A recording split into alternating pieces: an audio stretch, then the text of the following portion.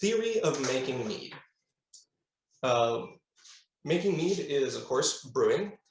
And brewing is, as might surprise some people, just another form of cooking. There are three major types of cooking. There's physical cooking, there's chemical cooking, and there's biological cooking. Physical cooking is the most simple that people are used to, that is applying heat or some other physical force to a thing to change its very structure at its nature. This is putting meat on a pan. This is cooling down ice cream. This is all of the most basic applications of cooking.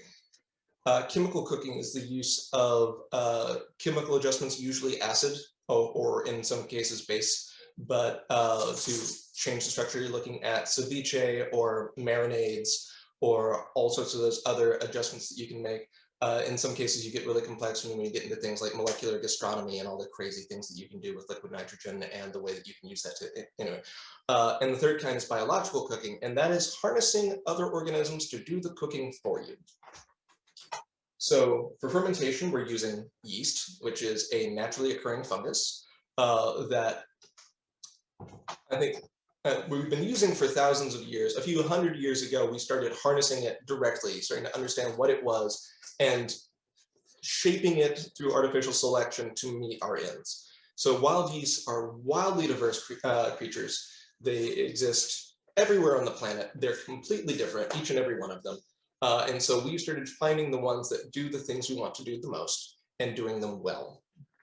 And so over time, we've gone through all these fine microspeciations and creating them into specific strains, to the point where there are now, I think, more than 2,000 kinds of yeasts available on the market that you can just order online without any question.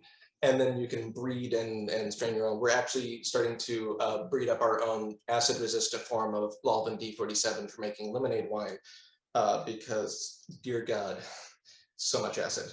Yeah. We are, yeast is an anaerobic and an aerobic consumer. It can eat sugars or other similar molecules and in the presence of oxygen or not in the presence of oxygen. In the presence of oxygen, it breaks down carbons and sugars very efficiently. And what it does is, here's a nice little glucose molecule, and it takes off 2 carbons and 2 energy sets from that glucose molecule. It adds in O2, breaks everything apart, and it sends off 2 wonderful molecules of CO2 and keeps 2 units of energy for itself, and also some hydrogen and oxygen gas. And so it burps out a lot of gas really quickly and gets a lot of energy from it. So it really likes to do that. But when it doesn't have that extra oxygen to work with, it runs into a problem. And so what it has to do is, rather than taking those 2 carbon molecules and making them both into CO2 and moving on, it doesn't have that extra oxygen. So it takes one of them and turns it into CO2, and then takes the energy that it would get from that. But then it has to forego the energy it was going to get from the second molecule of carbon, and instead sticks on the OH group that it has sticking around, adds on another spare molecule of carbon, and makes that into ethyl alcohol, or ethanol. And that's what we want to happen. So because it gets twice as much energy from aerobic respiration than anaerobic respiration, we start with an O2-rich must to give it a chance to breathe, to eat well, to breed well, and get started. And then we start making it work under starvation and doing what we want to do. I want it to do, goddammit. Yeast works for us, not the other way around. So the other major thing that we do there is, when yeast is breeding, it has 2 methods. It can breed sexually or asexually. When things are going well and it has lots of other yeast around it and lots of nutrients available and it's having a good time, it likes to reproduce sexually and create all sorts of genetic variants and to go through very unstressed reproduction.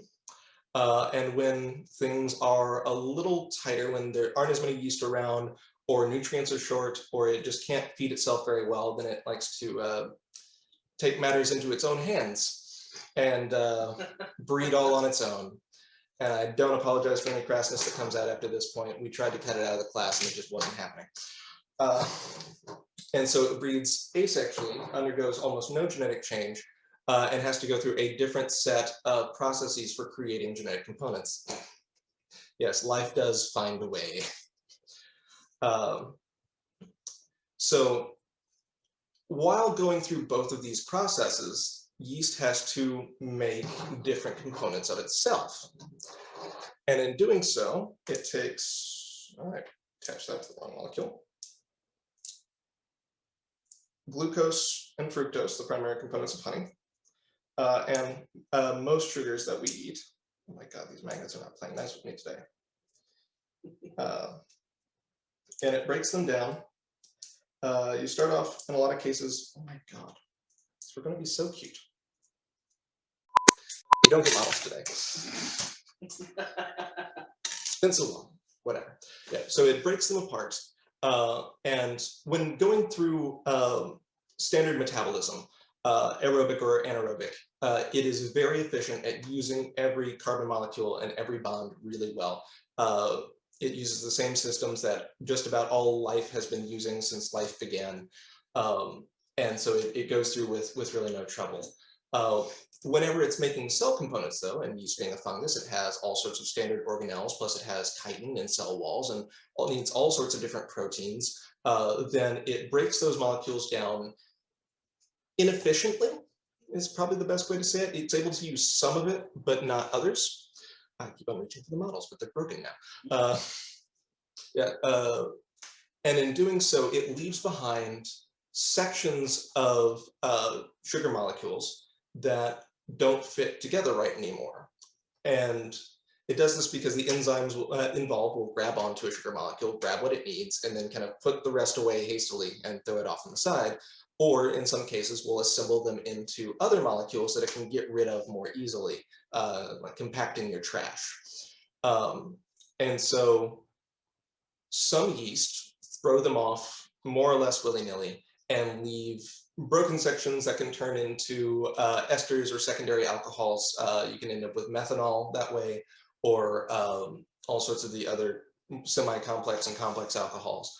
Or they can turn them into other sugars and stick those together and either make odd monosaccharides or single unit sugars like fructose or glucose. Or it can combine them into polysaccharide groups, multi-group sugars, like glucose, glucose, glucose, fructose, glucose, glucose, or rounded wheels, or all sorts of other structures. And what each strain of yeast decides to do with those sugars, those excess bits, determines the kind of flavors that are produced every time a yeast cell breeds. And so we exploit that when choosing which yeast to use. So D47, the yeast we used, is a polysaccharide assembler. When going through its standard reproductive cycle, it turns these fragments into larger complex polysaccharides with, I think the standard for that one is an 8-unit polysaccharide, so an octosaccharide technically. And so that creates a large sugar molecule. The larger the sugar molecule, the more rounded the sugar feels on your tongue, more or less, because it takes more to break it down, so you get it a little bit at a time, and you end up with different receptors for it. So I just realized I went way off left field here, but whatever. And so the flavor from D47 is a rounded, buttery flavor. D47 is a Chardonnay yeast. So the round, buttery flavor you get from Chardonnay is in part from this polysaccharide assembly. So in using that, we're going to be developing that flavor, but we're only going to be developing that flavor in as much as the yeast cell is reproducing. So here's why we're making this a short mead. We added in some raisins for nutrients, and we did that because honey is about 45% fructose, about 45% glucose, about 80% total of that is in maltose, which is actually a dimer glucose in the same way that sucrose, table sugar, is fructose sucrose. That's right, fructose glucose. And so it's about even on the molecules for fructose and glucose. And then has some trace amounts of trisaccharides and other polysaccharides that are just there from the flowers that created them in the nectar. And then a big chunk of pollen, and then a dose of just generic minerals that the bees get from the nectar when they start assembling the honey. And when creating all these cell structures within the yeast, yeast needs not only a lot of carbon and hydrogen and oxygen, which makes up the vast majority of what they need, which they can get from sugars, but they also need these little components. They need nitrogen to make proteins, especially chitin.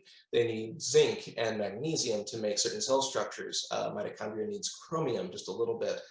They need a little bit of iron and all these other little things that they can only hold so many of at a time. And so they need some source of it. And the honey has a little, but compared to most things that yeast can eat, honey is a barren wasteland of nutrition. It is just sugar. It's like if you tried to live on nothing but honey, you will starve and die despite the fact that you're getting all the calories you could ever want. So for each molecule of zinc in the initial solution, that can only go into one molecule of a subunit for a yeast cell. And so if you start off with only a small handful of these, say, zinc atoms in the solution, there can only be X number of yeast cells in the solution at any one given time. And so if you reduce the number of living yeast cells at a time and keep a steady, consistent population, you make them reproduce a lot and stay at a limited population the whole time, which means lots of development of these polysaccharides and esters that go through each time. If you have a lot of these nutrients at the start, then you can get a bunch of yeast cells at once, and they make a lot of alcohol very quickly. They live in large numbers, but there's not actually a lot of reproduction after the initial set, and so you end up with a more neutral flavor, or even sometimes a kind of acrid flavor, depending on how fast they're doing it. And so by limiting the initial nutrient set, we are making a complex flavor with a low alcohol content, because as they go, each time a yeast cell dies, yeast are cannibalistic little mother, and they will eat each other at any opportunity, especially if they're dead and don't have to put up a fight.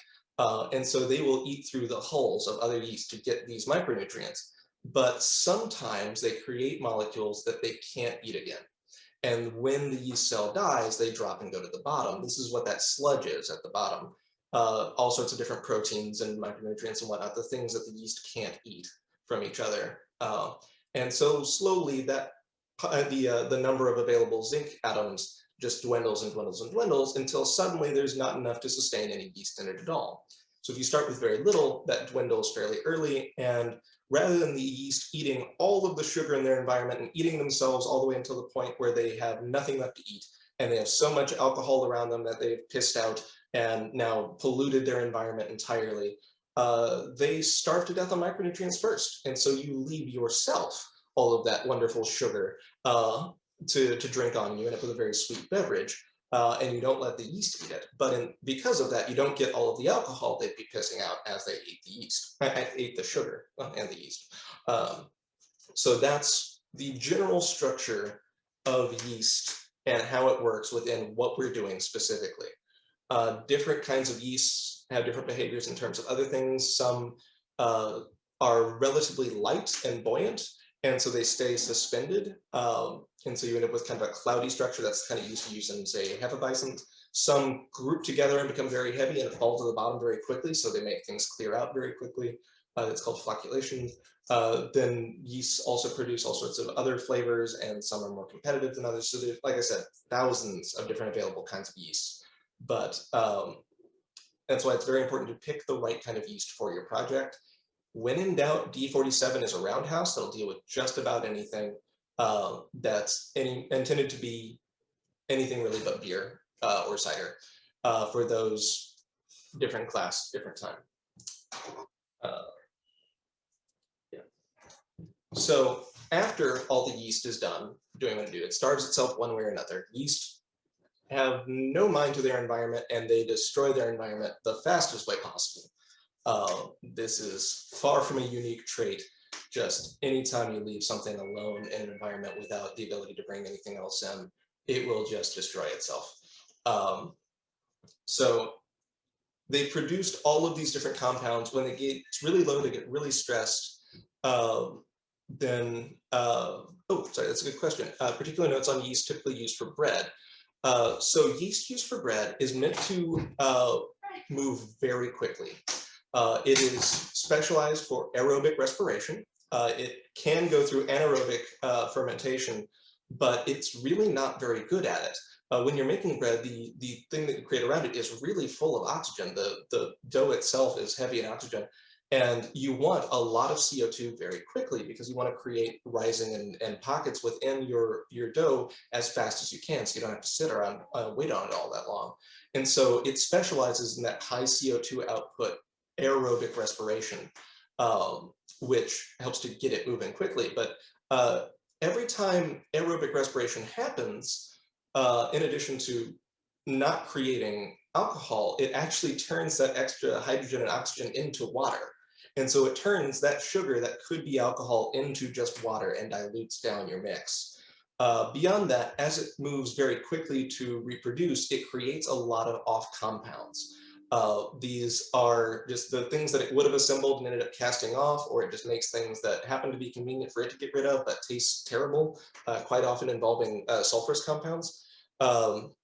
Then you can, you have to deal with all of those different things that come out of it. And so you end up with a very acrid, very watery, relatively low alcohol solution. You can get around this by giving it the exact right mix of nutrients, by putting it in just the right environment, and to have enough flavors around that you don't taste all of these stuff that it put out that tastes kind of terrible. And the flavors that it puts out are very bready, which is good in bread, but you don't necessarily want to be drinking honey bread. Well, you might want to, that sounds good. But as someone mentioned in the comments there, Joe's Ancient Orange Mead is a very specific formula that uses just the right amount of nutrients from a natural source and a heavy dose of spices to cover up all the off flavors that come along with it. You can make mead with bread yeast, but you have to go at it understanding that you are making mead with bread yeast, not just making mead, and you're using bread yeast.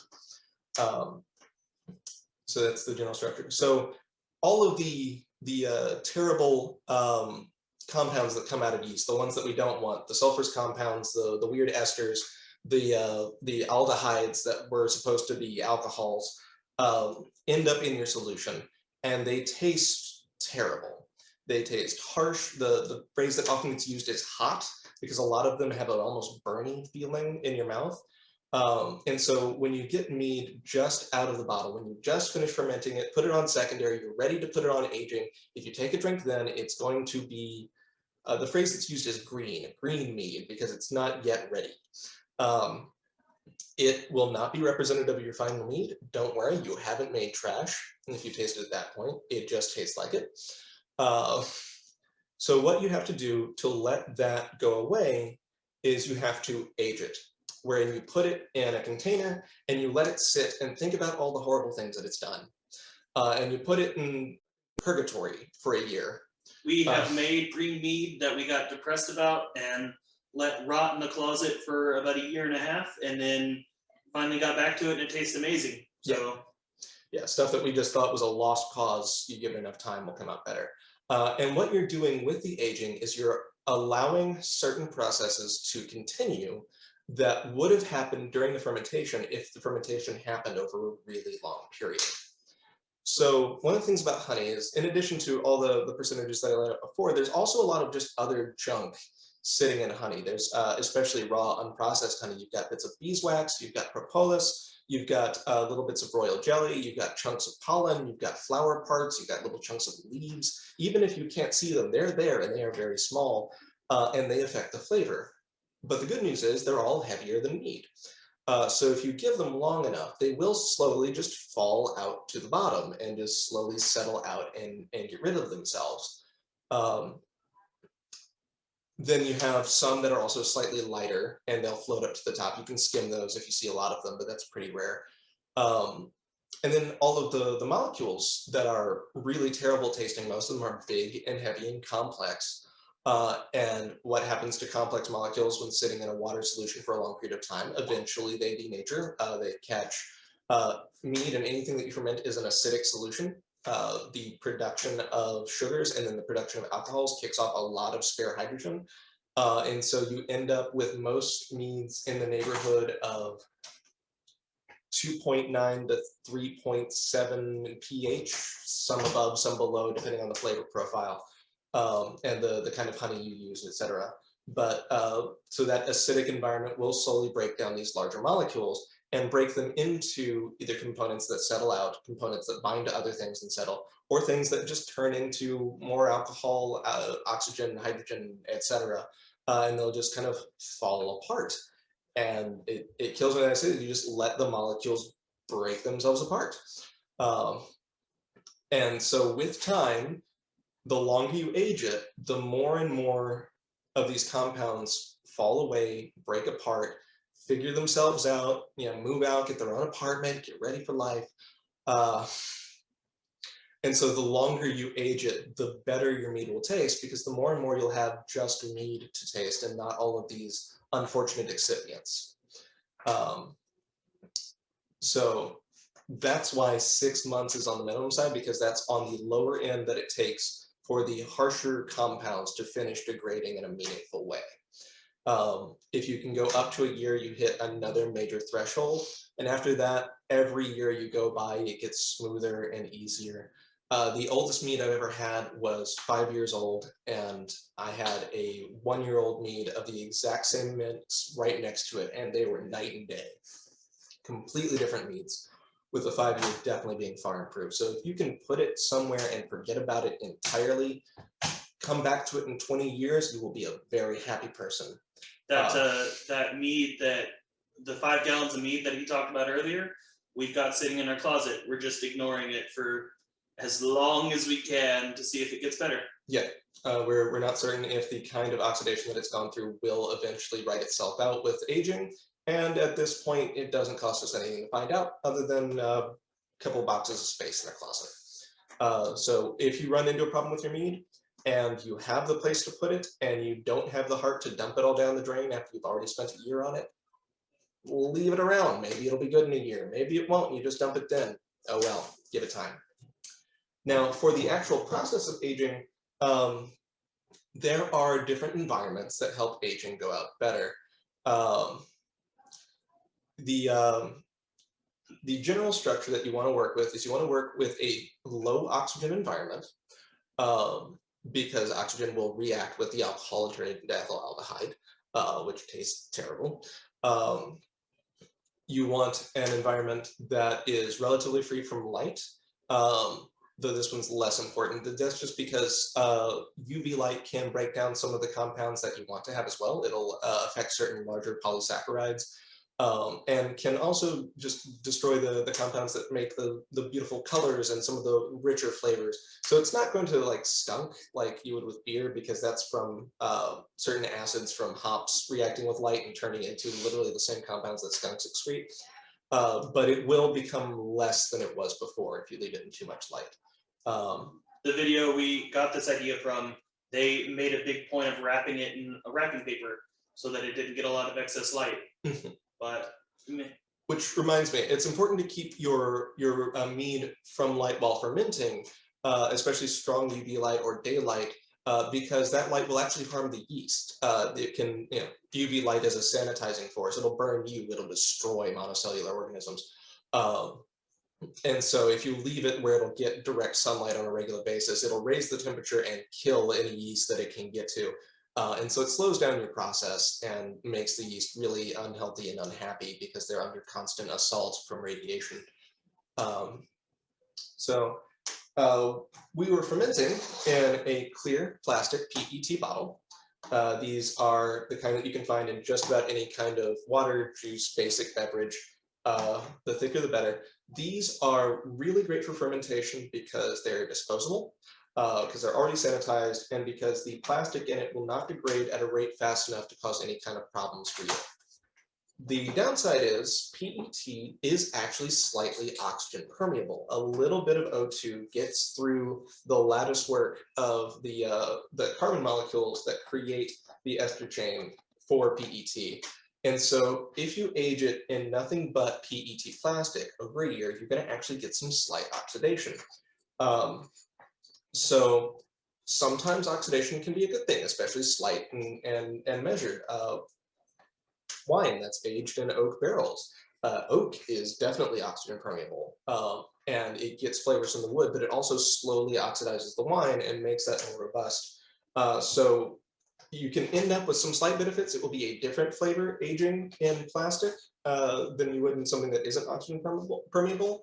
So just something to be aware of. It will come out a little bit odd.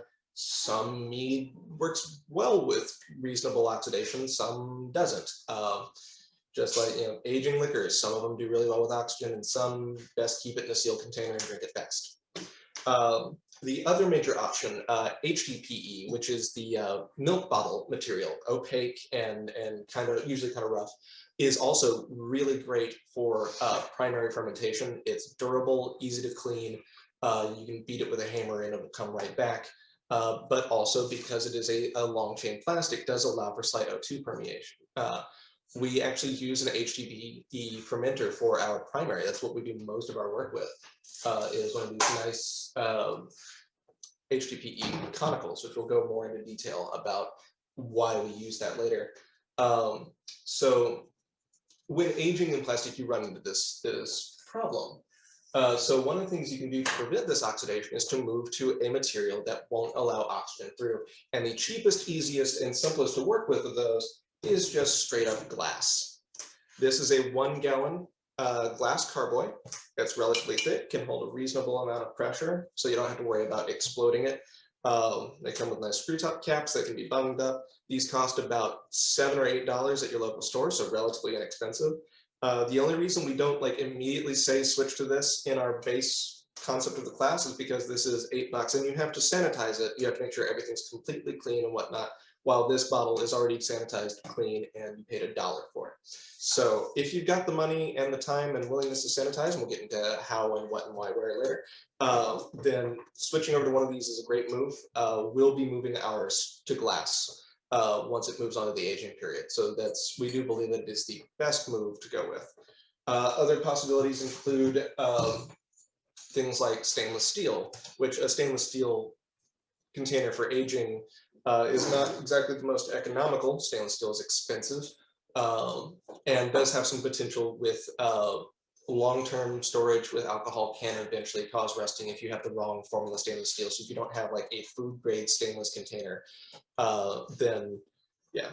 As someone just mentioned in the comments, if you start off with just getting yourself some good apple juice or apple cider that comes in a glass 1 gallon jar, that is perfectly fine as an aging container if you can get the taste of the apple out, or if you can't and you just want some apple flavor in your meat, it can actually be pretty good. Just make sure it's sanitized. And so you can end up using that as a very inexpensive source of those, because that jug will usually also cost you about $7 or $8, and you get some good apple juice out of it. The downside is they're actually thinner, so you have to be more careful about scratching them or dropping them and breaking them. And you can use that glass container we just showed you as a primary fermenter as well. You can just start in that instead of starting in one of these bottles. The container that you get from apple juice is usually thin enough that you probably don't want to ferment in it, because incidental increases in pressure can be enough to crack it, or at least threaten it to the point where I'm not going to say 100% certain that it's the right move. That one you can pressurize and not worry about it. You could put a carbonated drink in that and leave it, and you're good, if you can get the right lid for it. So that is fundamentals of aging.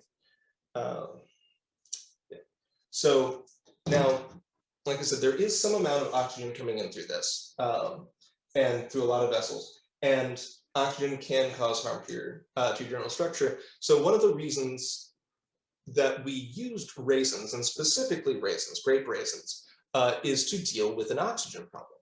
And we did that because of the tannins that I mentioned earlier. Tannins are complex molecules, usually I think phosphorus-based at the core, but just fairly large and oddly structured molecules that got their name because they were used in the actual process of tanning leather. Because what they do is they bind to molecules and hold onto them and restructure them. It helps to pull things out of a solution or off of a surface. So the kind of, and there's all different kinds of tannins. It's a group category, a fairly broad one. And so each kind of different one works differently. But what's notable about the tannins in grapes is that they're antioxidants. So they will bind to free oxygen in the environment and keep it as part of that molecule now.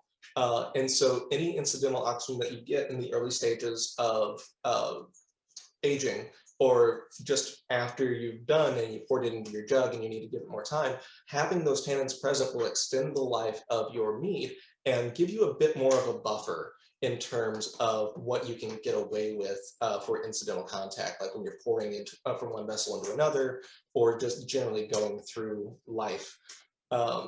The other benefit is that these tannins also bind to sulfurous compounds. So those weird sulfurous molecules that you run into during fermentation that taste so terrible, those tannins will help pick those up and denature them. And so they mean that you have a shorter aging time before it becomes usable. We only went 9 months with ours before it was competition grade and crystal clear, in part because of the high tannin content of mead. If you go with something else, dried cranberries and dried blueberries were mentioned, you will end up with a nice flavor from it. And the tannins present and the raisins themselves will add a flavor. The tannins help to create a drier flavor. They're a little more astringent in the mouth, which will help to counteract the higher sugar content and higher honey content of the short mead. You will end up with some aspect of that from those dried blueberries and dried cranberries, but you will lose out on the specific binding properties of those tannins.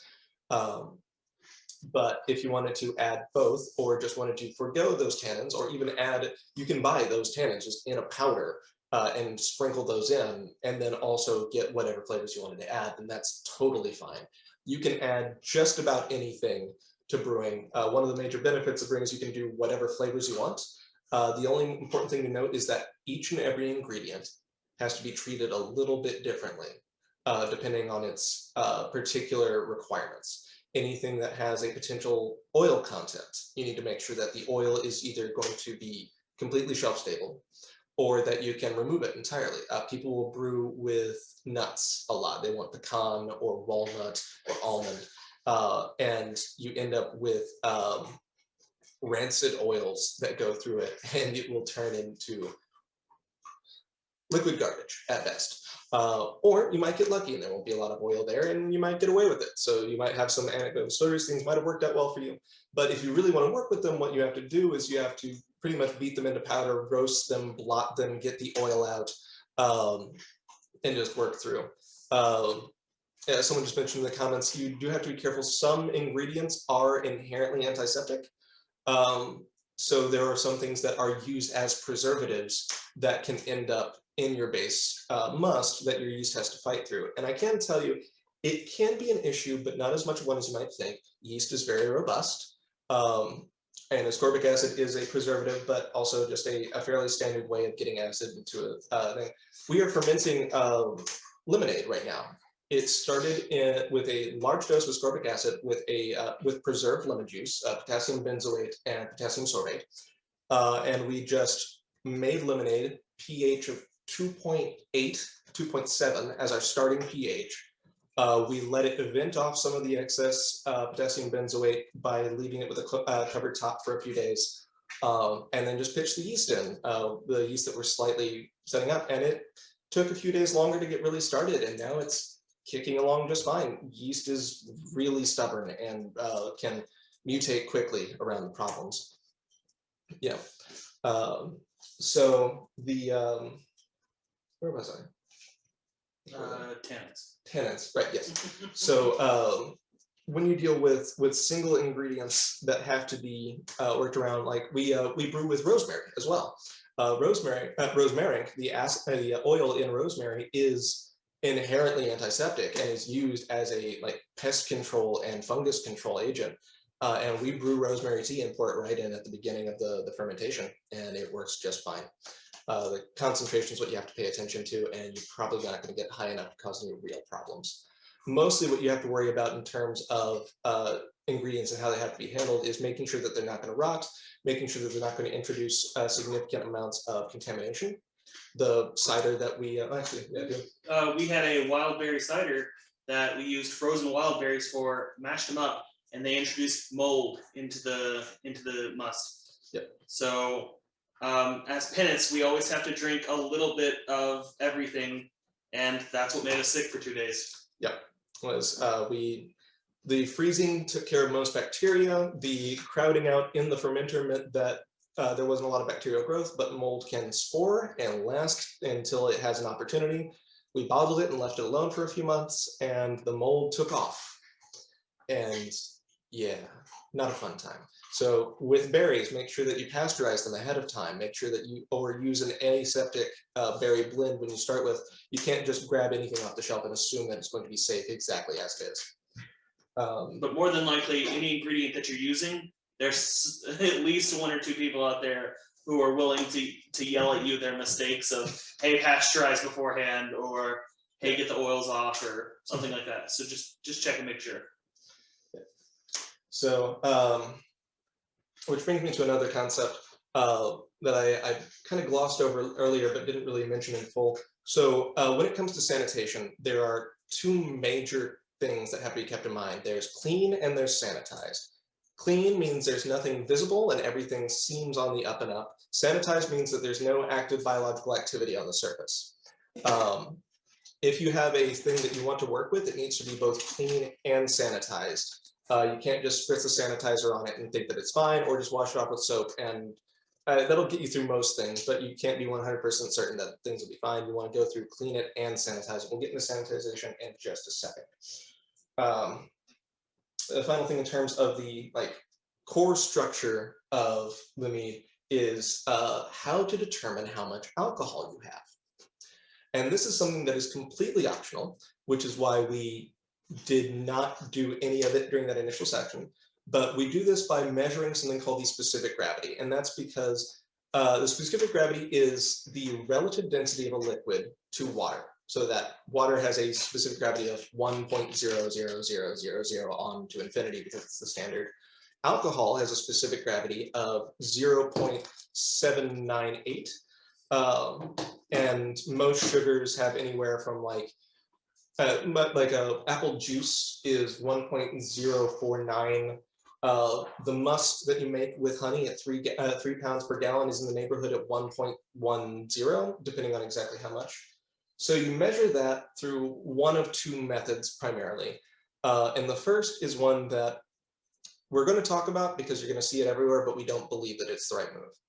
And that is with a thing called a hydrometer. So this is a device. It's mostly hollow, has a little graduated section here, some lead shot in the bottom held on with a resin, actual lead. And it's very thin glass. And what this is it's a buoyancy tester. You clean it, you sanitize it, and you drop it into your liquid, the whole thing, and you watch how far up it goes. And when it stops bobbing up and down, you find the line, and that tells you the density of what's going on. But there are drawbacks to this. Like this, it's too big. It won't actually work in this. Yeah. So in an environment like, especially in 1 gallon batches, you sometimes run into the problem of on a low density liquid, like when you've done a full fermentation and gotten down, a must is considered fully fermented when the SG returns back to functionally 1.000, because that's about when you run out of excess sugar and you're back at a normal set. And so 1.000 is this mark, right where it goes to blue right here. So that's just about at the bottom. And after you poured this once or twice and you've lost some volume, it might be to here, you're resting on the bottom of the bottle before you can get a measurement.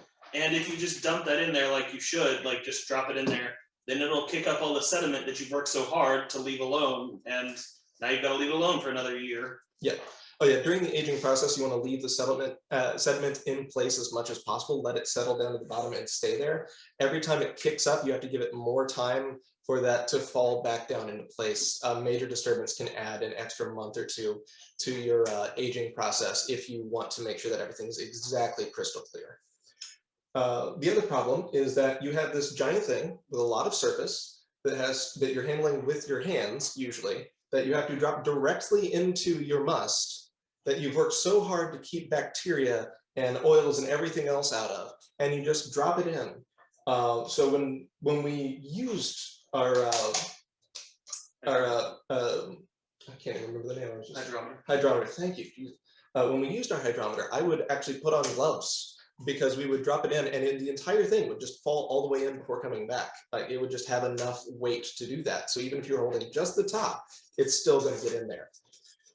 So instead, and another thing, like you can see here, we have really frothy head, so like you can't even read it. Yeah, if you have a lot of bubbles, like right after you finish shaking, or if you have an active fermentation that you're checking on, you might not be able to see the line. It can be obscured by a fairly wide margin by the bubbles, and so you have to sit there and wait for it all to clear incidentally before you can read it. Sorry, I really hate hydrometers. Yeah, so the benefit of a hydrometer is that this was $7. These are very cheap, they're easy to come by, you can get them anywhere, and since everyone and their mother uses them, you can find lots of ways on how to work around these problems. But instead, we have, I don't know what it's sticky. I probably didn't wash it well after last time. Would you just rinse that, please? Yeah. Yeah. So instead, what we've done is we spent about $20 on getting a slightly more precise tool called an optical refractometer, and the link for this is in the packet for the class, which will be posted to the YouTube link as well. And what this is this is a device that uses just a few drops of liquid. You place it onto the surface here, close the cap, and look at a light, and there's a crystal that has a calibrated refraction index that when you look into the light, there's a little line that shows you exactly what the reading is, and you get a higher precision. You know exactly where it's coming from. You can calibrate it. As this, you have to just hope that it's right. This one, you actually have the ability to put on distilled water and make sure that you're exactly on point. And it only takes 2 drops of liquid to do this with. So rather than having to pour out into a separate container to test it or to drop it into your main, you take yourself a little pipette. These are about a penny each. You sanitize the surface of it. You grab 2 drops and just drop it on the surface and look, and you're done. The whole thing's ready. You pay a little bit more for it, but you don't have a risk of breaking glass into your thing. You can always tell what you want. You're not dropping lead into your solution. It is really better in just about every way, and I cannot recommend them enough. However, don't you also, aren't there like 3 different kinds for? Oh, yes. So you have to be careful when you're buying them. Refractometers are used for a bunch of different purposes, brewing being only one. They're also used for general sugar assessment, which is used through what's called the Brix scale, B-R-I-X. And so most refractometers that are meant for brewing are in SG and Brix, which is good. But a lot of Brix measurements are done at a higher level. And so they will say that they are for Brix, but the numbers will be high enough that you can't do a direct translation because it's meant for like actually checking honey itself. If you just put honey on this and give me no reading, it's way above what this could do. But honey and water is well within. The other major use is for checking diesel exhaust fluid and certain kinds of other coolants that are used in large diesel engines. And they look exactly the same. But what's different is the crystal that's in it and the lines that it is set for. So you have to make sure that you're getting a refractometer that is meant for brewing. They'll say so on the Amazon listing or wherever else. The one that I have linked in the packet is, I think, this one. But there's a bunch of brands. They all do the exact same thing. It's just rebranding on the same device. And yeah, so you just want to make sure that you get one that is meant for brewing and reads an SG for a reasonable, between usually 1.00 or 0.999 and all the way up to at least 1.13, because that'll cover just about everything you want to do. And again, that was $18 plus, yes, SG is equal to specific gravity, plus like $5 for a few hundred of these. One of the best investments we've made. Oh yeah. So that's the core structure there. Now, for materials, we talked a little bit about the vessel in terms of, let's see, dumb question, but would measuring the weight on a scale, subtracting the weight of an empty bottle, yes, you could use that to get a general weight of everything. you need to have specific controls over your empty weight, the weight of all your equipment, and you'd have to move it onto the scale each time, which means that for this little 1 gallon with a handle, that's really no problem. You can carry it just fine. Our primary vessel is an 8-gallon conical that stands about yay high and yay wide, and when it's full, it weighs 50 pounds, and is on a wire frame that's wider, stand that's wider than our bathroom scale. So impossible. Yeah, we could make it work, but refractometer. Yeah. But yeah, if you're in a pinch and that's what you have, then that is a completely viable method. It just takes a little more math and a little more planning, but I'm all for the math. Yeah, so we talked a bit about the vessel. This one, yeah, PET, clear plastic. This one's a bit odd in that it cones upwards, which condenses all of the gas together, which kind of increases the pressure that it's working under, but for 1 gallon of mead, that's really no big deal. And it's got ridges all along the sides, which means that when you pour it, it'll catch a bit. Not great. But in general, for $1, this is the best fermenter that you could hope to get.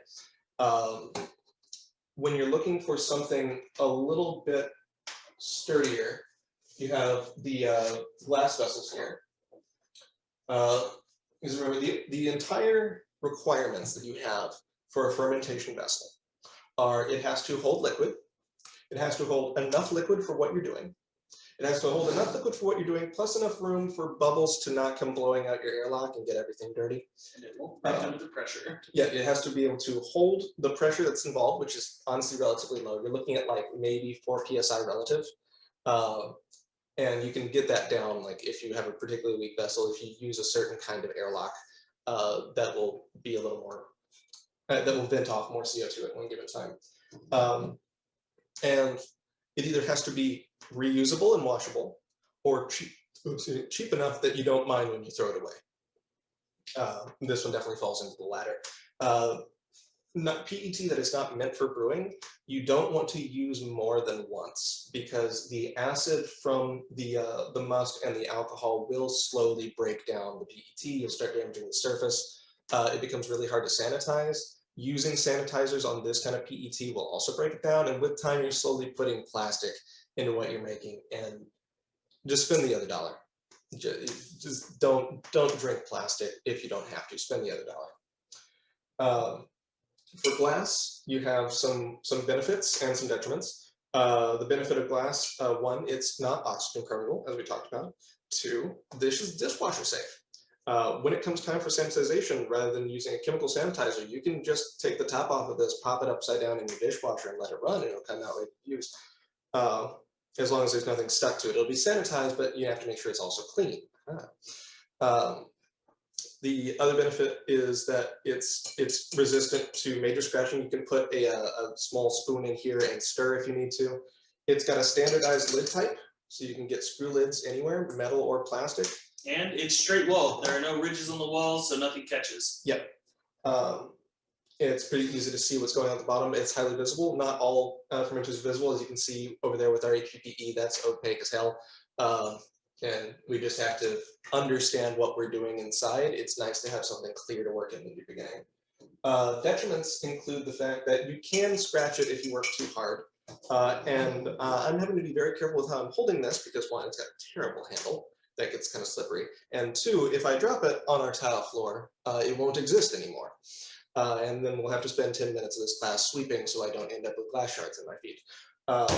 Plastic, like I don't want to drop this because it's got some complex mechanisms, but if I were to drop that on the floor and it hit on the side, we'd just pick it up and put it back in the stand.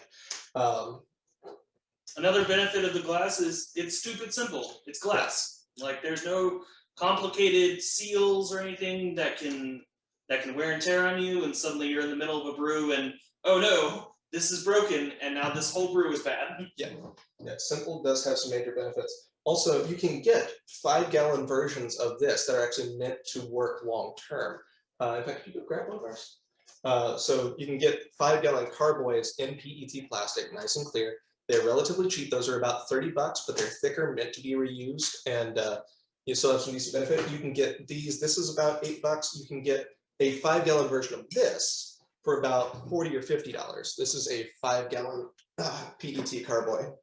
And it's literally the same material as this, just with a better treatment on it and thicker walls, and a shape that's a little easier to work with. And dropping it from 9 inches there, really loud, I'm sorry about that, but it's completely fine. You drop a glass carboy from that height, and they're thick walled, they're pretty sturdy, but you might be a little bit dangerous. And when those things are full, they weigh 40 pounds and typically have a little bit of liquid on the outside. And so they're very slippery and difficult to work with. Then you have specialty fermenters. So this is a 3-gallon HDPE conical. And what this does is, for these, when you get to the point where you have to move from one to the next, you have to transfer it. And you do that usually by siphoning, which I'll show you in just a second, or at least show you the concept of in just a second. But you have to put something into it. You have to have another vessel ready. You have to transfer it over. You have to keep everything clean in between. With the conical, what you do is you have it all brewing here and have access to this nice little vessel on the bottom. And you have a valve that you can turn. So when it comes time to transfer, this one needs to be loosened. We haven't used this one in a little bit. All you do is you close the valve, and all the sediment and all the gunk is in this. You take this off, you dump it in the sink, you rinse it out, and you're in your second vessel already. Everything is already gone, everything is done. You don't have to worry about anything else. You don't have to clean anything else. It's just already there, and you move on with your life. It is beautiful. We love this so much, which is why we also have a big version too, and that's what we use for almost everything. These are our babies. The downside is, one, it's a little more expensive. This one, the small one's about 40 bucks. The large one is about 100. So, more than double the cost of even the glass carboys. And they have a lot of parts that have to go together just right. They have valves that need to be disassembled and cleaned, gaskets that have to be disassembled and cleaned. The threads sometimes don't like to connect all the way, so they have to be taped properly, and we have to be very careful every time we put them on and take them off. Removing these can be a bit of a sticker. We had to get strap wrenches sometimes to remove the glass jar at the bottom. And more complicated means more, potential hazard of catastrophic failure. Yeah. Some of the seals busted, as I was talking about in our last brew, and yeah, bad. Yeah, we almost dropped 5 gallons of lemonade on the floor, just right to the bottom. So the phrase that's come up a lot here recently is, you pick your problems. Pay more money, get a lot easier, but you have to deal with potential failure. And as you can see, cleaning this one is a little more complicated because of the weird shape. It's got this little nub in the bottom in case you want to add a thermal well and put a thermometer in it. So you have to clean around that. The bigger one actually has one in there, so you have to disassemble the thermal well, clean in the threads in there. It gets a little gunky, to put it mildly. And so cleaning it takes about twice as long, but you do it all at once. You get all your cleaning taken care of at once, rather than having to do it midway through your brew cycle. And then you have stainless steel conical fermenters. And those are the be-all, end-all of fermentation. They're easier to clean. They give all the benefits of conicals, allowing you to move sediment and yeast out of the way. They are durable as all hell. You can beat them with a hammer. They are pressurized. You can actually pressurize them up to keg pressures, and you can bottle directly from your conical for some of them. Everything comes up really easy. The downside is they're expensive as all hell. Our next on our list. Yeah, a cheap stainless steel conical fermenter that will do everything that it should is in the neighborhood of $500 to $600. So $40 for a glass carboy, $600 for stainless steel conical. Most people go with the carboy. Some people go with the plastic conicals that we use that kind of run in the middle. You can now get a cheap stainless conical that isn't pressure rated, but still gives you a lot of the other benefits for as little as $300. And that's cheap now. So if you can afford it, and you know this is something you want to do, and you want to have the easiest thing you can work with the highest quality, drop half $1,000. Until then, glass carboy. Highly recommend it. So the next major component is the airlock.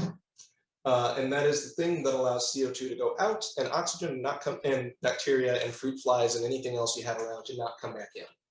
And as you can see, airlocks can be really simple. If you know anything about Pruno and prison wine, you can make in a sealed container and then just every once in a while just open it up and quote burp the bag and just let pressure out. That's completely viable. You end up with some weirdness because yeast ferment slightly differently under pressure than not under pressure because there's more CO2 dissolved in the solution that way, and so it changes the way they interact. And so you have variable amounts of pressure throughout, and so it'll be a different flavor. And you have to be careful because if you wait too long, boom. But even just as simple as a balloon can be a safe and effective, if disposable, airlock. Most people use a plastic purpose-built airlock. There's two major kinds on the market. Plus a few minor kinds. The two major kinds are the quote-unquote two-piece airlock, because it's the main body and the lid on the top. This is called a double bubble airlock. You fill this segment with liquid.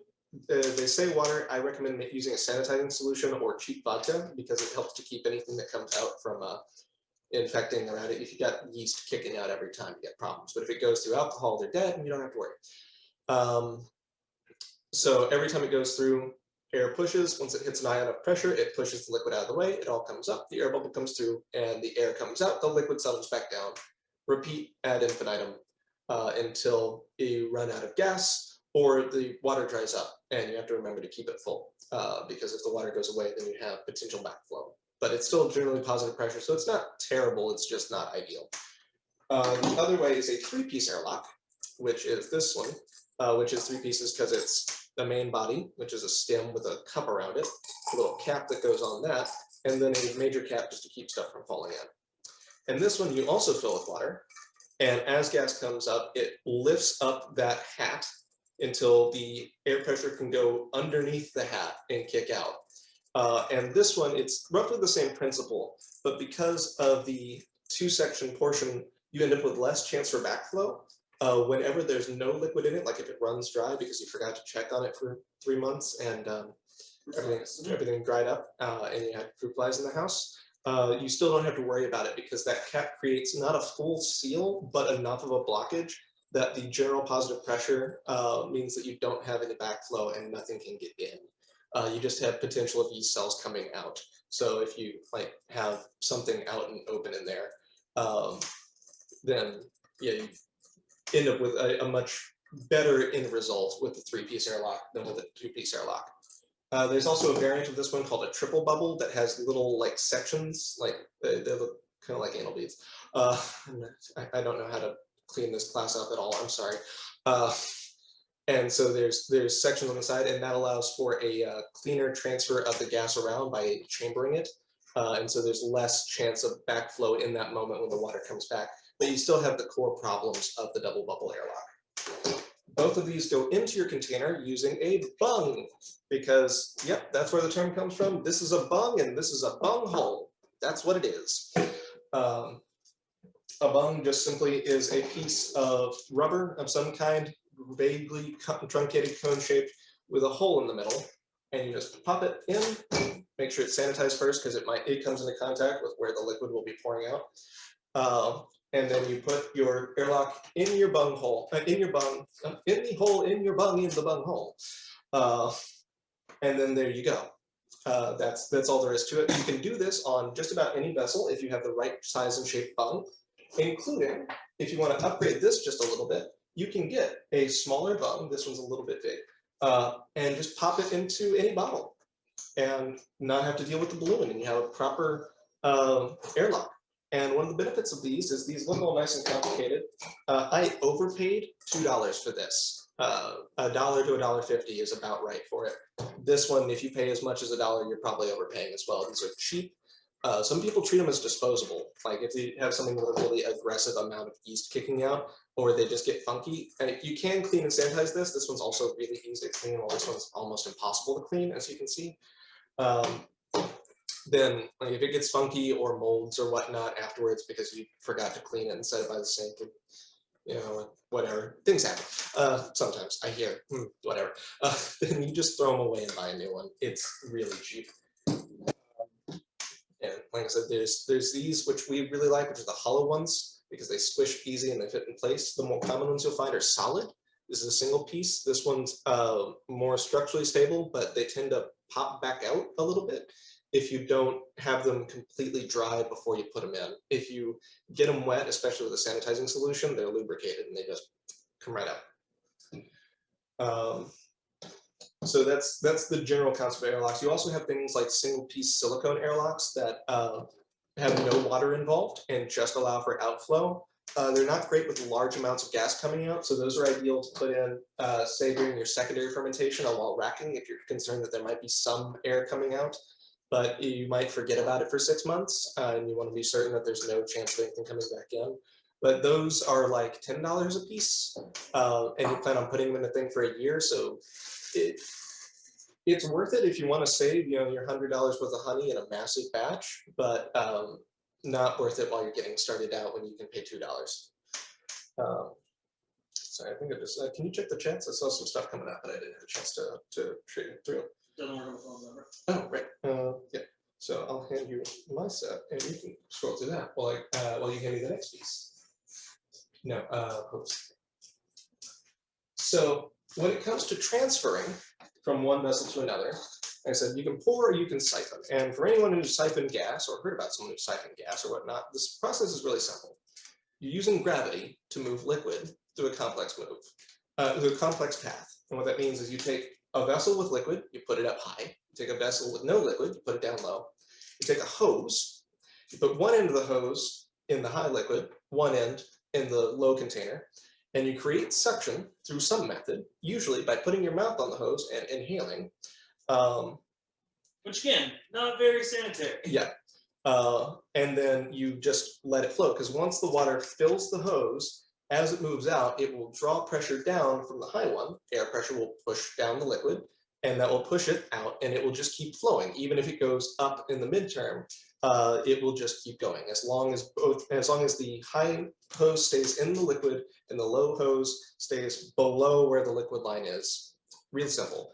You do this by using just a chunk of plastic hose. This is I forgot what the material is. I've got a link for it in the thing. I think this is 3/8 inch inner diameter. Again, I just checked it inside. What you have to do for it is you have to wash it, make sure it's clean and sanitized inside and out. Again, I'll get the sanitization just after. Realizing I should have done it earlier now. And then whenever you use it, if you're just using the hose, you can use your mouth to draw it in. But what you do is you make sure that you only touch near the end of the hose with your mouth. And then once it starts to flow, you make sure the hose never touches the liquid. You keep it just above the entire time so that your spit doesn't end up in your final result. This still has some potential problems, and ideally what you want to do is let that first moment, the little bits that come out, pour elsewhere, just so they'll wash off any amount of bacteria right at the edge. But then that's splashing elsewhere. Yeah, rinse with vodka first is a decent method. I'll get into some other methods later. So the other method for creating suction is to use a pump. And this is called a Auto-siphon. Auto-siphon, that's what they call it, yeah. So what this is a racking cane, so just a piece of tubing that's solid instead of flexible that you use to keep a tube in place while you're doing a siphon, put inside this Archimedes pump with a little gasket inside and a cap around the edge to keep stuff from flowing in. This helps to keep large sediment out. And you just put it in and pump it twice, and the liquid comes up through. You don't have to put your mouth on the tube. You don't have to deal with anything else. Then you have this big complex tube that you have to disassemble and clean inside and out every time. You pick your problems. So that's the primary method. What you do to get this hose, you're almost always just going to find it at a brew store. If you want to find actual food quality hose, you have to make sure that it is from a brew store or a food supply store. Don't go to your hardware store and get just tubing. It will probably not be food grade. It will probably be if it is not treated properly and made out of the right plastic. As the acidic alcohol runs through it, it will strip plastic off, and you will have plastic in your liquid that you just spent so long making sure didn't have plastic in it and was treated so well. And it costs the same price at the brew store. This stuff's like 10 cents a foot at most. And they have so many different kinds. Yeah, just ask for, I've checked the packet for the glass. I think it's 3/8 inch. If you can't figure it out which one, find yourself an auto siphon at the brew store and say, hey, I want a hose that fits that, and they'll give you the right stuff. And you just put it on by heating it up with some hot water and pushing it on, and after about half an hour, you'll get it there, eventually. Don't take it off. Don't. Yeah. So sanitization, which I put off way too long. So for sanitization, you have a few different methods. You have heat sanitization, and you have chemical sanitization. And of those chemicals, you have a broad variety. Heat sanitization is really easy for anything glass or metal or otherwise durable. And if you have the time and happen to have a heat sanitizer available in your house, you know, like an autoclave or a dishwasher. A dishwasher. Almost all dishwashers are set to sanitization heat, and they have the benefit of also cleaning while they do so. You just drop your stuff in the dishwasher, you let it run, and whenever it's done, you have fresh and wonderfully clean and sanitized equipment. The downside of this is your plastic parts can't go in there most of the time. Your process is going to take an hour on the low end, unless you have a quick sanitized dishwasher, in which case, fantastic, but you're still looking at 15 minutes. And if something goes wrong, if you grab a part reflexively and you take your spoon and actually grab grab the scoop part of your spoon right before you're about to use it, you have to throw it back in the dishwasher. That's a pain in the ass. You don't want to do that the whole time. So you want to have at least a chemical sanitizer on hand. So the chemical sanitizer that we use is Star San. And what this is this is a nitric acid, or a sulfonic nitric acid. I cannot remember the exact, I had the structure in my head. I had this all planned, but whatever. Anyway, the point is that this is a food-safe acid. And by food-safe acid, what do you have to me? This is a no-rinse sanitizer. This can be put directly on whatever you're about to use, and then you don't have to rinse it. You don't have to get rid of it because it's harmless and flavorless. Literally, you can just drink that from the bottle after it's been diluted. So why would you? It's almost flavorless, but it's almost a little sweet. It's really not bad. So you don't have to worry if you end up with like a large amount of it in the bottom before you end up working. It's literally fine. You will notice no difference. The other benefit is that the phosphorus and the nitrogen and the sulfur that are in the acid are bioavailable, which means that those are all things that yeast need to survive. So if you're actually trying to feed your yeast instead of trying to starve it like we are with the short meat, if you leave some extra in the bottle, not only is it harmless, it's beneficial because you just left in extra yeast food. So this is a big favorite of ours. It's also really inexpensive. This bottle costs $15. This is one of their larger bottles. We've been using this bottle for 2 years. And we're only about halfway down. Yeah. And it has, it's, you know, this is obviously for those of you who work with smaller, like fuel additives and whatnot. This is, you squeeze the bottle and it fills up this top section, so it's measured, so you don't even have to grab a measuring spoon. You just squeeze it and then open up this lid and pour. You dilute it. I think it's 1 ounce per gallon, per 5 gallons. So you know, 1/5 of an ounce per gallon. You dilute it into large batches. You put some in a spray bottle. That is the best advice anyone has ever given us. A $1 spray bottle. This lasts for months after it's been diluted. And whenever you have to just spray down that 1 spoon, it's real easy. You just have it on hand. We will go 4 or 5 batches before we remix sanitizer. Other sanitizers, a lot of powder-based sanitizers or chlorine-based sanitizers, you have to remix every time because they have a shelf life of like 30 minutes. I joke, they've got like 3 days. And then they're not food safe, so you have to rinse off everything afterwards. It's a lot of pain in the ass. And the cost is really about the same, if slightly less. You can get a small bottle of Star San for $4 or $7. I can't remember which the small one is anymore. And it'll last you forever. So it is our definite recommendation.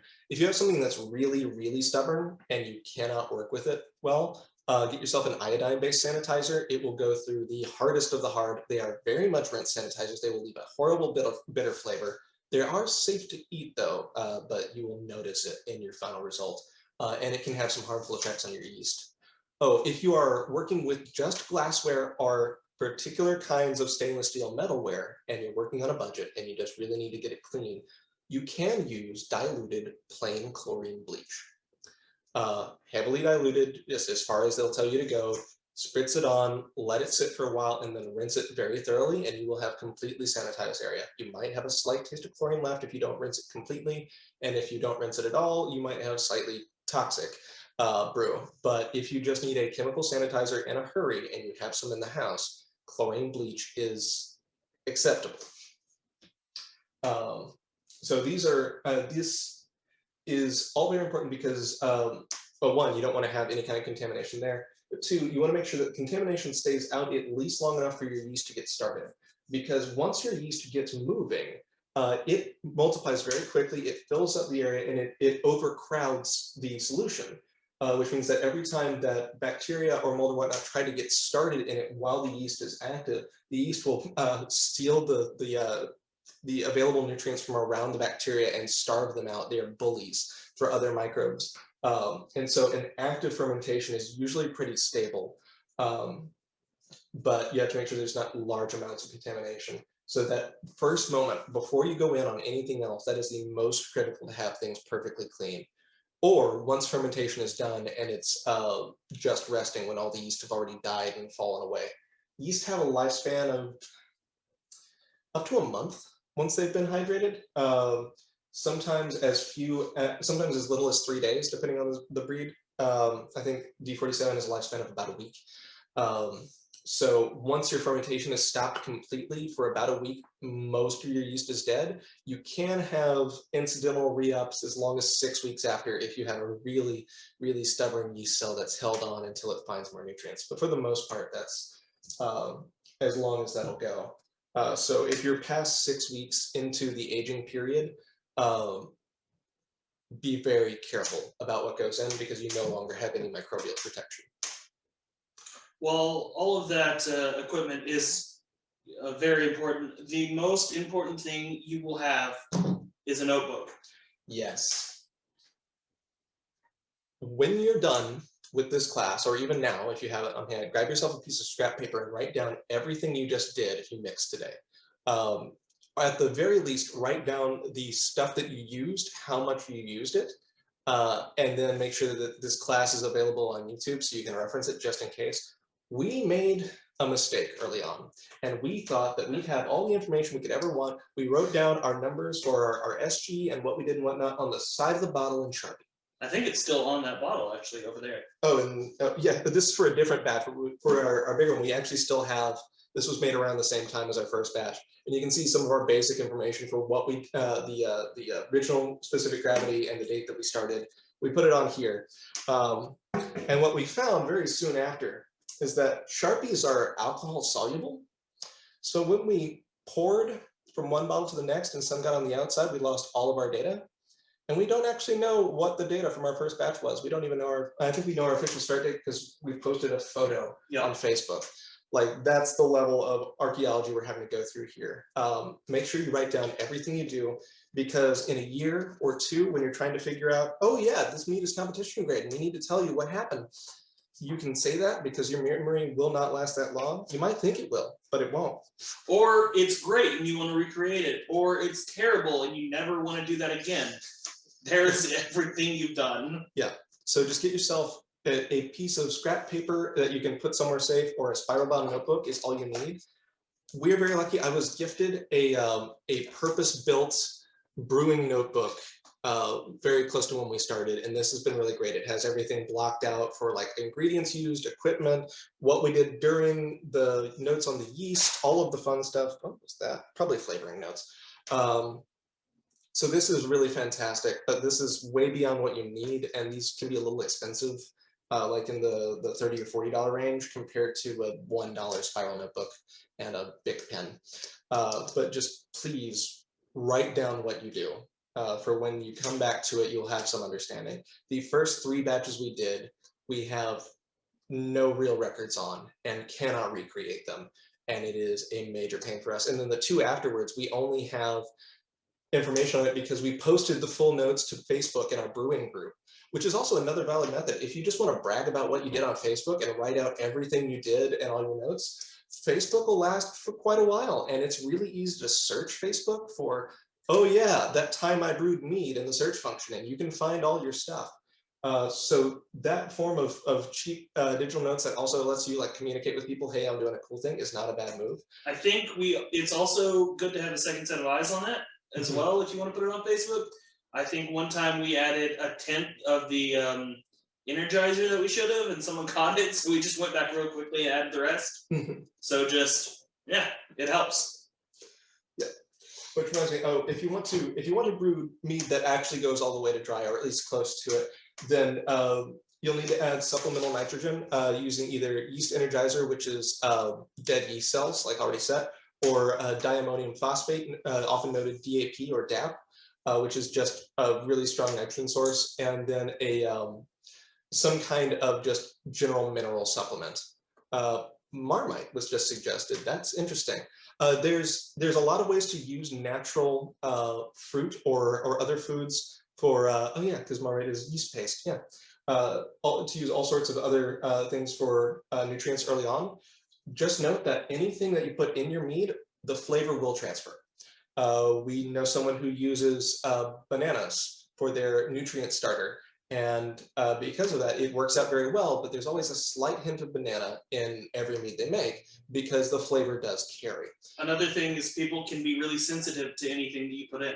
Yeah. Someone is sensitive to DAP, or what was it? No, it's sulfites are very common, but those are for end results for aging and oxygen prevention, and yeah. Yeah, we might get into end game stuff today, but since it'll be a year before that becomes relevant, we're kind of holding off a bit on that because I've got so many other things to talk about, and you know, they have to shut me up sometime. The death of the universe. I know what I promised. Yeah, so the what was that before that? Miscellaneous equipment. Oh yes. Picking ingredients, because that brings us into yeah, what all you add to it. So every single thing that you add to your brew, no matter what kind of brew it is, will have an impact on the final flavor. Now, if you're using something small, like an isolate, like just zinc oxide, just tiny bits to get extra zinc in, the flavor addition might be very small. You might not even notice it on the scale that you're working in. But anything that you're adding as a whole ingredient, like say the raisins that we're using for tannins and nutrients, you will taste a little bit of raisin at the end of this. It's a good flavor, it works out well, but it has to be done as an intentional choice. So banana used in a starter, anything else that you add into it, no matter what it is, will change the final flavor. So you need to be certain that the quality and style of what you're adding in is something that is acceptable to you. In your first brews, you don't have to worry about having the very top quality everything. You don't have to brew with expensive honey. Like the title of the class was How to Make Mead for Under $20, and the cost list is broken down in the insert. But one of the things that's the most variable in there is the cost of honey, because honey comes in all sorts of crazy different styles and qualities and quantities, and you can get bulk discounts here and there. So the $20 mark was using $3 a pound clover honey that you can get at any grocery store. But I don't like clover honey. It makes my throat scratchy. I think I'm mildly allergic to clover. A lot of people have this problem. So if I were to make mead with clover honey, I would not like it, and it would not be worth my time, despite the fact that it'd be slightly cheaper than some of the alternatives. As you can see here, there's a lot of different kinds of honey available with a lot of structure.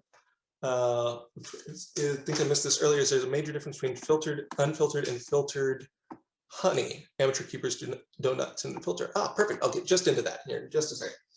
So honey has a lot of variety, and when it comes to mead, honey is the most important part of your flavor profile because it's honey wine. That's why you're there. It's the honey. That's what you're tasting for. And so when it comes to selecting your honey, there's a lot of factors to consider. The first one is cost.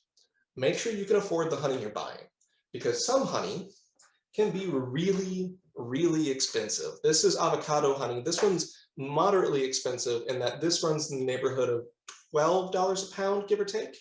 And that's That can be a lot, because when you're using 3 pounds of that per gallon, if you're making a 5-gallon batch, that's $15 at 15 pounds at $12 per pound. That's a very expensive batch to work with and can be really pricey if you're still just getting used to what you're doing. I can't remember what honey it was, but last night we talked about some honey that would have been 4 or 5 gallons. We would need to spend $1,000 on honey. So we're not making that. It's a rare varietal that comes out of the Yucatan Peninsula from stingless bees. I'm sure I could find the name if I Googled again.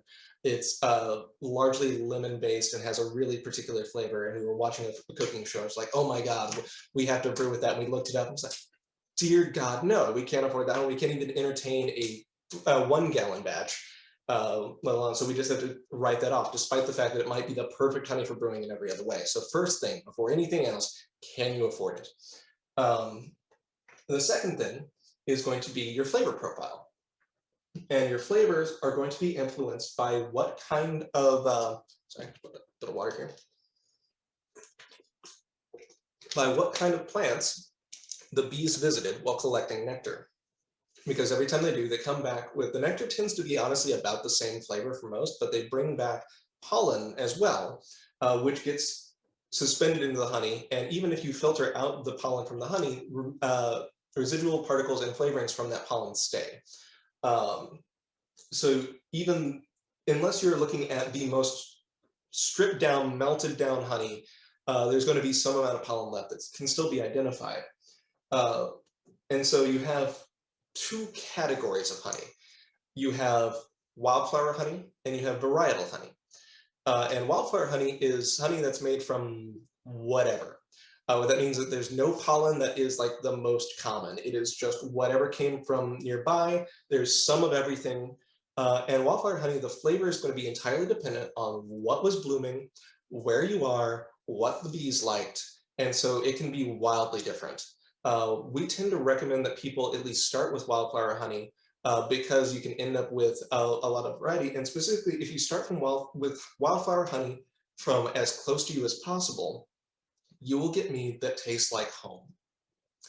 You will have mead that tastes like the smell of a spring day. The aromas that you get just from existing in your environment will be present there because everything that's blooming around you will be represented in that honey, usually in a very positive way.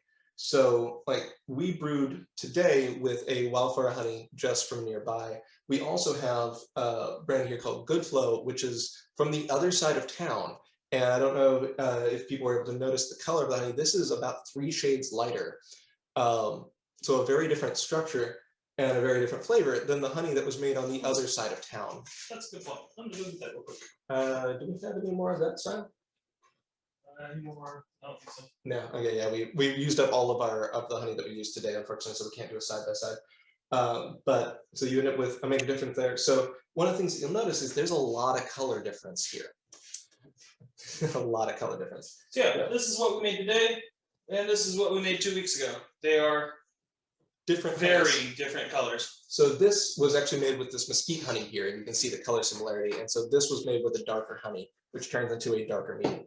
But so the darkness of the honey helps to indicate to you what kinds of pollen were involved, but also the minerality of the honey. There's more minerals and more general nutrients for the yeast in darker honeys. In light honeys, like this one, there's almost no minerals, and the yeast will starve unless you give it a lot of extra nutrients. So that can be very important in your choice. But mostly it's about the flavor.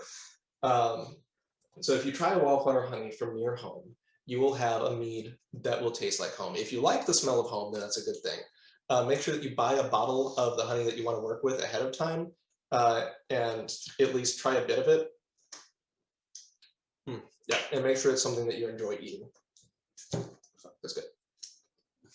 I really like honey, which is part of what brought us here. We have a lot of different wildflower honeys available here. We collect them more or less. So this is from just across town. The honey that we made this from was less than 15 miles away. This is honey from Mexico, wildflower honey from the desert. This one was only about $5 a pound from HEB, which is wonderful. And has a completely different flavor. This one is from Argentina, very dark, very different flavor, very smoky, creates a very different mead. In fact, the mead that we ruined, 5 gallons of mead that we ruined, was 5 gallons of mead made with this smoky Argentinian honey, which is why we're so sad. This one is a selectively crystallized honey, which is why it's so pale, but also a honey with, wow, it's white in that reflection, that has not been filtered at all. This is Canadian wildfire honey from up near Quebec. And each one of these has a very different flavor profile. And that will turn into a very different mead. So just make sure that each one of them you like the taste of, because it will come through. The other kind is varietal honey, which is honey that most of the pollen from it, like 50% of pollen from it, I think is a line, it might be 40, came from a single kind of plant. So the two that we have here available are mesquite and avocado, but the most common that you'll find are clover honey and orange blossom honey, because it's cheap to get those. And they will have a flavor that is very distinct to that plant. The mesquite honey here is divine, and even though it was collected in the same area as this desert honey, has a wildly different flavor, which is why we decided to make some mead with it to find out. And this, I'll eat it plain. This goes great on ribs, steaks, prosciutto, anything. Well, it's really great. And so this mead will taste like mesquite and will have that almost barbecue-like flavor to it. While this avocado honey is very mellow, very smooth, but still has some characteristics of almost apple cider. And so if we get around to the point where we decide it's worth spending the money, we're going to be brewing with this and make some of the most mellow mead we've ever made. And I am looking forward to that. Now, most of the honey that we have here has been at least filtered, mostly. As you can see, they're relatively clear. Or maybe you can't see. Yeah, they're relatively clear. But most of them are actually raw honeys, which means they haven't been heated above 120 degrees Fahrenheit. And that's important because it is distinct because above 120 degrees Fahrenheit, the enzymes that help to make honey into honey stay intact. If you take it above, this break down, I should say.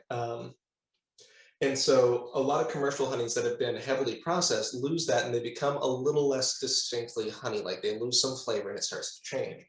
Above about 140 degrees, the sugars in honey, because they are very heavily suspended, start to caramelize very quickly, way lower than you would get from a standard like white sugar in water solution. And so honey will burn before it hits 160 degrees Fahrenheit, which is unfortunate because that's the pasteurization temperature. So you end up with a lot of problems with, if it goes above that point, you start with a smoked honey called a bochet when you turn it into mead, which is very dark and bitter and has almost scotch-like qualities, which some people love the hell out of. We've got a friend who makes a killer bochet that I can't drink because it's just too bitter for me. So if you keep your honey at a relatively low temperature and get a raw honey, then you know exactly what you're working with. And if you want to bring it up, you can. The other major thing is heavy filtration. Microfiltration will remove all the pollen, and you see that fairly rarely, unless you're looking at your standard like Burleson Clover Bear level. But this is a completely unfiltered honey. This is, as you can see, it's opaque nearly. There is so much pollen in this that you can't see through it. And what is here has actually been selectively crystallized. This was stirred while allowing it to crystallize, so it's opaque from that as well. This is super pale. Yeah, I think that shows you pretty well compared to the same thickness of honey here. There are also bits of leaf and like bee legs and whatnot in here. Like this is very distinctly, like you can kind of see texture in it and the little spots. Those are plant bits. That's completely fine.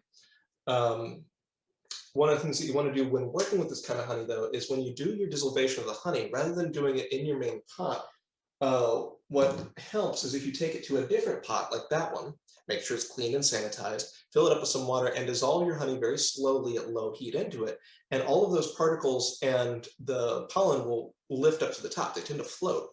And you can just take a clean and sanitized sieve and just scrape them off the top and just skim it out and just get all that excess pollen out, which will keep it from becoming a problem, because that's where your mold's going to be hiding in the honey. Because honey is an antiseptic solution, but for all the wrong reasons. It is antiseptic because it doesn't allow oxygen through it because it's so viscous. it has a relatively low water content. It's less than 18% water, which means that's a lot of sugar in there. But because of that, with the high sugar content and the low water content, any microbes that fall into it tend to end up either desiccated or over-glutted with sugar, which can make them pop. So bacteria that fall in here are pretty much dead. But mold can sporify and create a shell that keeps those from happening, and it can hang out in honey for a longer period of time. So then when you take that honey and make it in an acceptable environment for microbes by, I don't know, adding a lot of water to bring that water content up and then actively aerating it to get as much oxygen as you can into it, then suddenly anything that's hiding in this honey can come out, which is why it's so important to get that yeast in and working so it can crowd it out. And so if you have large bastions for mold, which are especially robust, then that makes things a little more dangerous. So I recommend working with completely unfiltered honey, probably as at least your second batch, just so you have a feel for how things are working before you have to deal with that extra step. Yeah.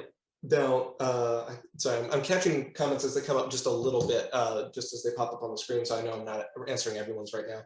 But yeah, Kira noted that she's actually made some mead with this honey. We get it from a shared supplier. And the color on it changes drastically once the water has gotten into it, the crystals have broken up, the pollen is separated out, and it becomes closer to an amber than this brilliant white. And so you end up with a very different end result in the look. So that's honey in the, I kid you not, the briefest way I could cover all of that. There's so much more I could get into as well. Let's see, I'm interested in the buckwheat honey-based mead, but it's noticeably bitter. Is there a good, where is that? Is there a good estimate on flavor versus the original product? Yes and no. That's going to be influenced by a combination of all the factors coming together. There is going to be some bitterness from buckwheat mead. I've had it before, but that is going to be undercut by if you mix it with any other honeys. You can blend honeys to create your own mixes. We're actually thinking about starting to experiment with that ourselves, which pretty much means we're going to be turning varietal honey into wildflower honey, which almost seems a waste just by the categorization, but we think we can get some very good flavors out of it.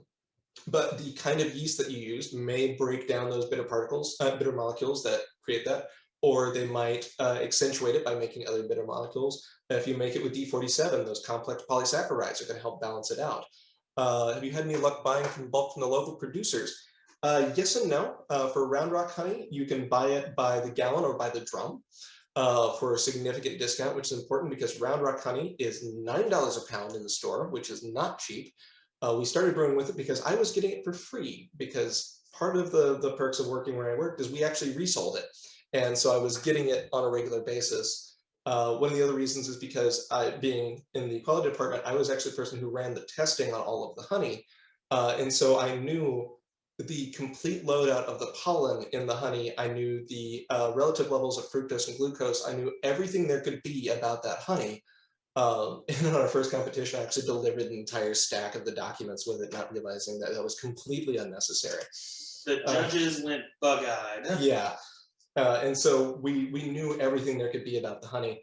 And so I was getting it in large amounts from them. But if you want to spend the money, because honey can get expensive in large quantities, you can get much better deals in lower quantity. My company also sells this honey, which is why it's in the local market, is because I was able to buy an entire 55-gallon drum and then sell it to one of our local brewers who's now doing distribution of the honey for a drastically cut rate compared to retail. This retails at $10 a pound, and I don't remember what she's selling it at, but it's less than $10 a pound, I can guarantee you that. And for Good Flow, you can do the same thing. You can go to them, go to the apiary and say, hey, I want to buy a bucket, 60 pounds of honey, and they'll say, all right, we'll give you a 40% discount, and work out really great. You just have to go and do it. Round Rock honey you can buy by the gallon. I think it's $6 a pound that way, and you can just buy those in some stores, like they do retail on that, or order it online. But yeah, honey. So the next important thing is what actually makes up even more of your mead, your water. So the kind of water that you have involved, as I mentioned before, is very important because you will taste the water in the end result. It's mostly water, like even at the end, it's mostly water. So the minerality of your water and how that affects the flavor will be important. You can use just about any water that you can drink to make mead. The only exception is do not use alkaline water, even if it's your absolute favorite, even if you think it'd be super healthy to work with it and whatnot. Yeast does not like an alkaline environment. They like acidic environments. That's why they can survive in this incredibly low pH environment, even just from the most. This is a very low pH environment, and this is especially low pH environment. Like we're talking orange juice. So if you try to start them in a water that's already at an 8.8, which is what I see most of them at, your yeast might not survive to actually start breeding, just because the alkalinity will be so high that they can't cut it. But other than that, water with a high mineral content, more for the yeast to eat. If they don't eat the water, if they don't eat the minerals from the water, you'll taste them in the end, and all the better. Water that's completely clear, pretty much fine. The only other thing you can't use is distilled water. That's because the low particulate content, low molality, malaria? Oh my God, it's been a long day. Anyway, there's not enough particles in it. So when the yeast goes in, they will end up desiccating, or no, flooding? Oh my God, yeah, long day. Anyway, they'll die. The yeast will die unless you add a lot of salts to that water, which is possible if you want to make sure that everything's exactly the way you want it. But don't just dump yeast in distilled water. They'll die before you get started. Yeah, like I said earlier, we know a guy who loves brewing with mineral water, and I hate it because the minerals shine through, and I grew up in mineral wells, and I hate the water. Yeah. But we normally, like when we do this batch, we prefer to use the quote Texas spring water that you get from Atri. Thank you. Sorry, someone mentioned that it was osmotic pressure.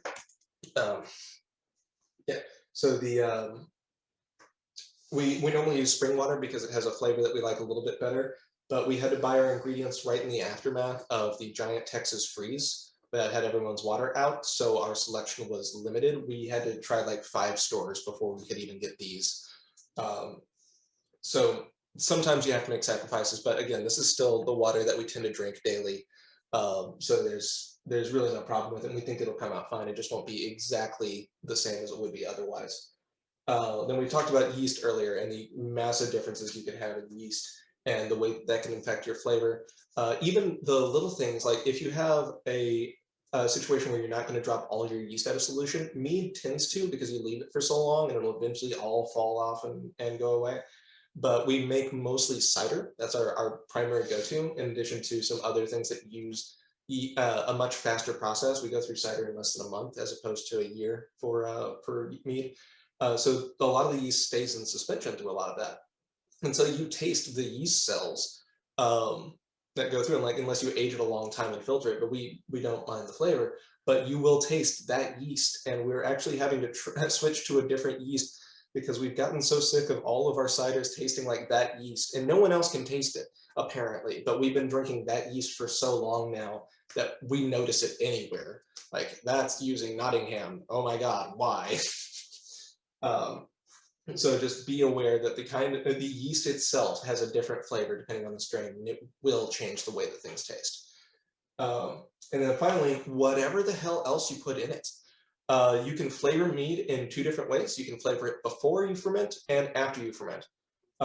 If you put anything in before you ferment, then fermentation changes whatever it touches. What you put in is not going to be what you get out.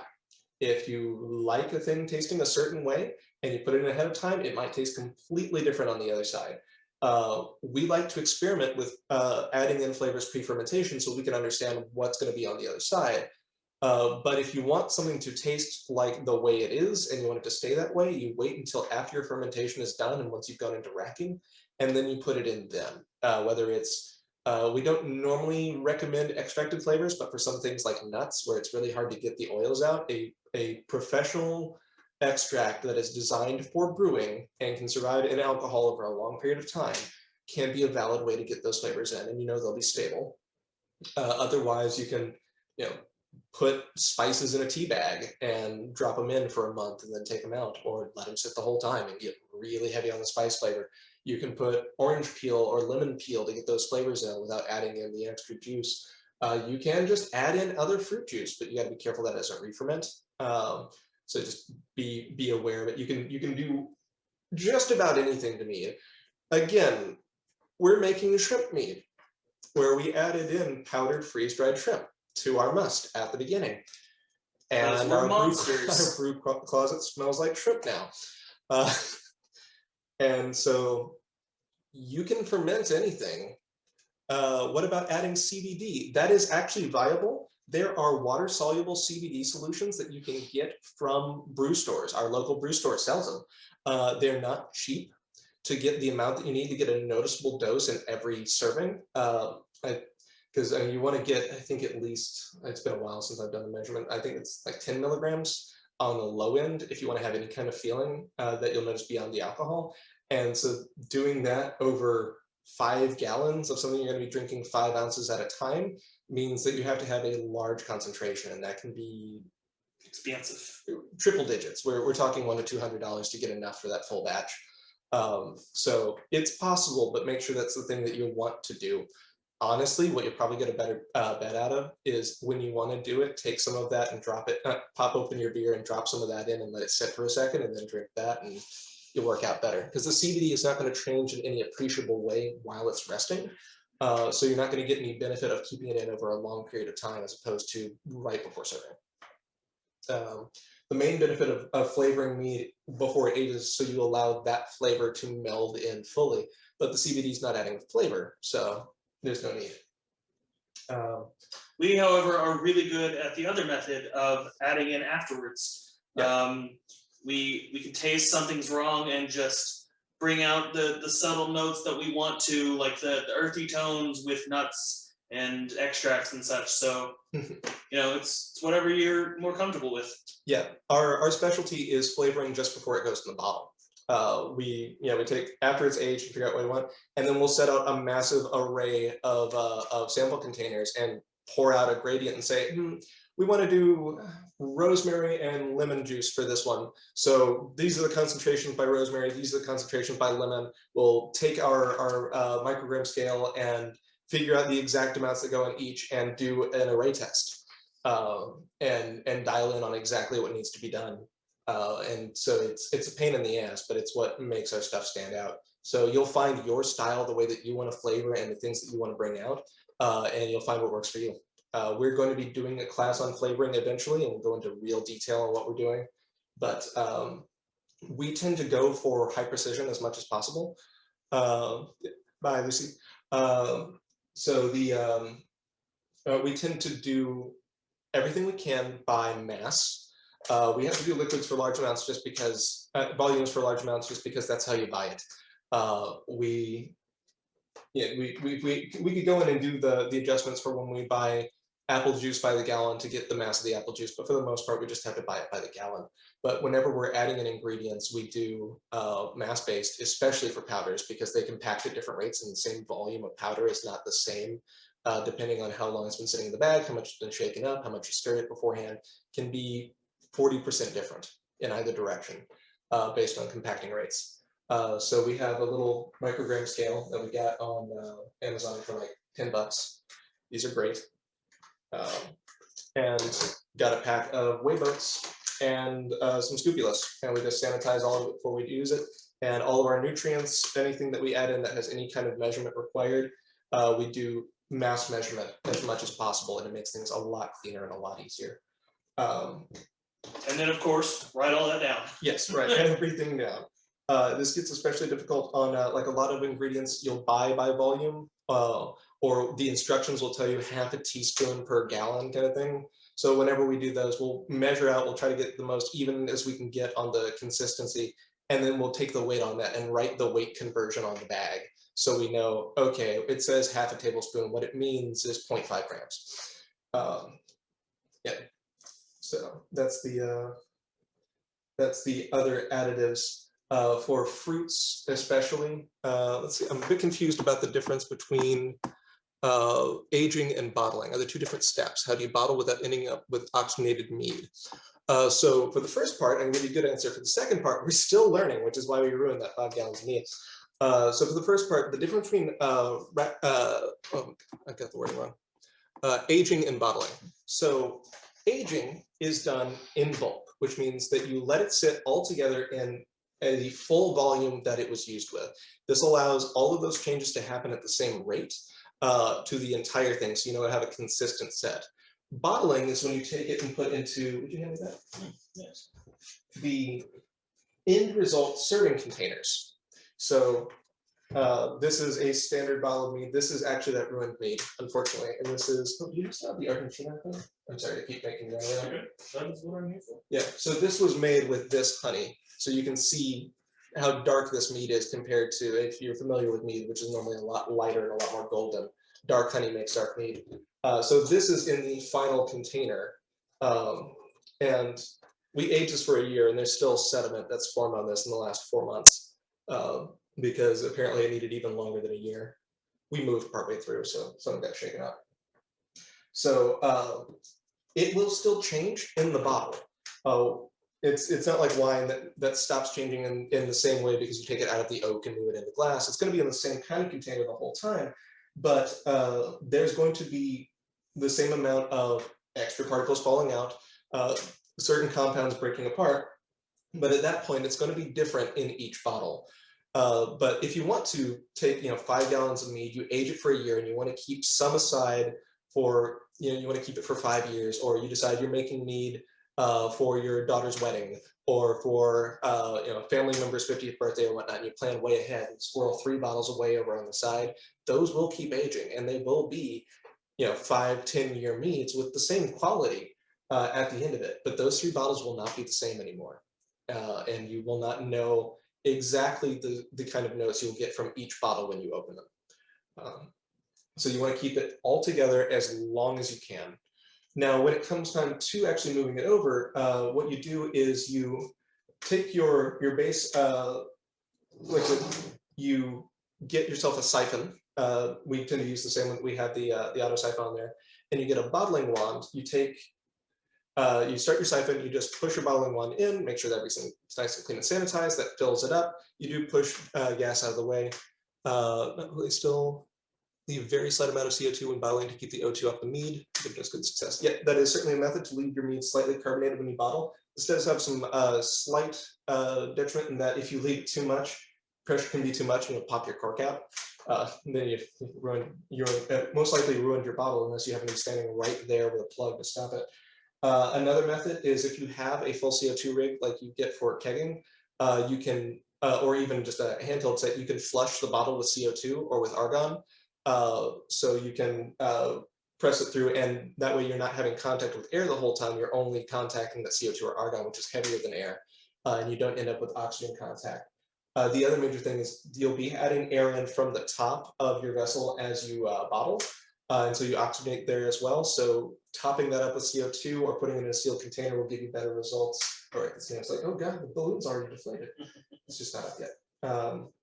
Yeah, so fighting oxygen is an eternal struggle. You can fight this as well by adding in a chemical scrubber, like sodium metabisulfite, which, much like the tannin, scoops up oxygen molecules and keeps them from interacting with liquid.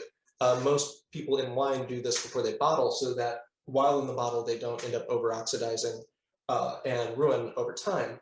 But the problem with that is there's a lot of people who are really sensitive to these sulfite compounds, and it gives them horrible headaches or intestinal upset or all these horrible things. And so a lot of people get into homebrewing because they're trying to make alcohol for friends who can't drink alcohol, because it's a very effective method. Almost every commercial brewery does this, so their stuff will stay longer on the shelves. And so we try to work without sulfites as much as possible, but that's just because one of our friends and one of the people who helped us learn how to brew is incredibly sensitive to sulfites, and we want to be able to hand everything we make over to her and say, here, taste this, are we doing okay? So if we use that, we lose that possibility. Another possibility to add before the end is adding in potassium benzoate or other yeast inhibitors that will help prevent any errant yeast that made it into the bottle from kicking back up because they got a little bit of oxygen on the way in, and oh hey, food they can actually eat now without having to struggle for fermentation, or to keep any bacteria that come in just incidentally from the air. Your environment is full of all sorts of bacteria and microbes, and you just do your best to deal with that. They're still going to get in there, but minimize the ones coming from you and you're still okay. But when you put it in the bottle for 3 years with nothing else going on, there's some bacteria that end up in there. You can end up with an infection on something that was nearly sterile before you put it in. So adding in some kind of preservative will help keep that from happening. The actual bottling process is relatively simple. You fill it up, you put a cork in it or a cap on it, depending on the kind of bottle, and you squeeze it with the right tool, and you're done. And you just do that a lot. There will be other videos where we go into detail, but again, for this mead, that'll be a year from now. So you won't have to worry about that too much yet. And I think that covers everything that I was going to cover in terms of actual class materials. Finally.